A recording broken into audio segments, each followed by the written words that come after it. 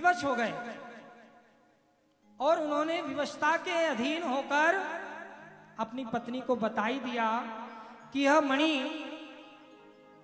मुझसे भगवान कृष्ण ने मांगी थी और मैंने उनकी बात का उत्तर नहीं दिया, इसलिए शायद उन्होंने इस मणि को अपने किसी सैनिक के माध्यम से चुरवा लिया है। परंतु तुम मेरी सौगंध खा लो कि यह बात तुम द्वारिका वासियों में जाने नहीं दोगी, नहीं तो भगवान है।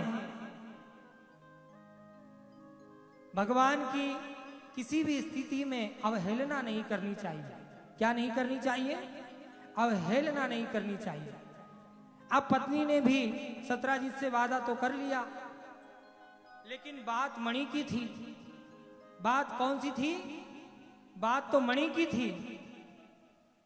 अब धीरे धीरे वह बात को छुपाते गई, लेकिन उसके पेट में दर्द होने लगा। अब दर्द होने लगा तो वह किसी अपनी सहेली को खोजने लगी और उसे एक सहेली मिल गई। उसने पहले उस सहेली को सौगंध डाली कि मैं तुम्हें बहुत ही गहन विषय बता रही हूं, तुम यह किसी को बताना नहीं। देखो, मेरे पति को भगवान सूर्य ने सैमंतक मणि दी थी और उस मणि से भगवान कृष्ण भी प्रभावित हो गए और उन्होंने उस मणि को चुरवा दिया।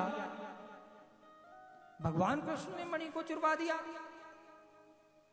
अब यह धीरे धीरे बात एक से दूसरी जगह, दूसरी से तीसरी जगह पूरी द्वारिका में फैल गई।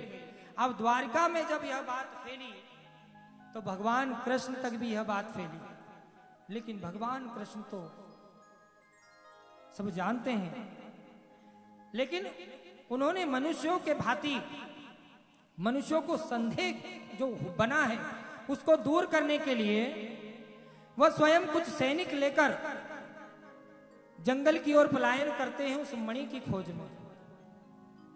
क्योंकि भगवान कृष्ण जानते हैं कि अगर लाछन मुझ पर लग गया, ऐसे तो भगवान पर लाछन लगता नहीं है, कोई लगा नहीं सकता, लेकिन भगवान कृष्ण उस समय मनुष्यों के लिए सोच रहे हैं कि अगर कोई लाछन लग जाए तो उस लाछन को पूर्णतः हमें दूर करना चाहिए।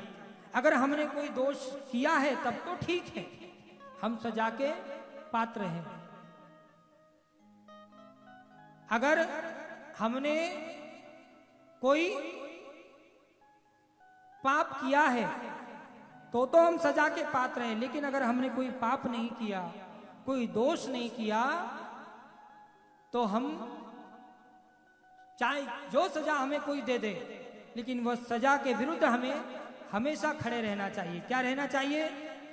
हमें सजा के विरुद्ध खड़े रहना चाहिए। लेकिन इस संसार में अब विपरीत हो रहा है।